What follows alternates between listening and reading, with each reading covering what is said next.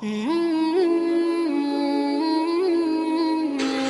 اللہ الرحمن الرحیم۔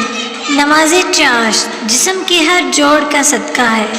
رسول اللہ صلی اللہ علیہ وآلہ وسلم نے فرمایا، تم میں سے ہر شخص کے ہر جوڑ پر صبح سویرے صدقہ لازم ہوتا ہے، بس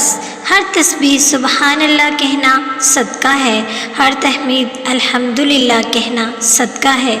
ہر تحلیل لا الہ الا اللہ کہنا صدقہ ہے، ہر تکبیر اللہ اکبر کہنا صدقہ ہے،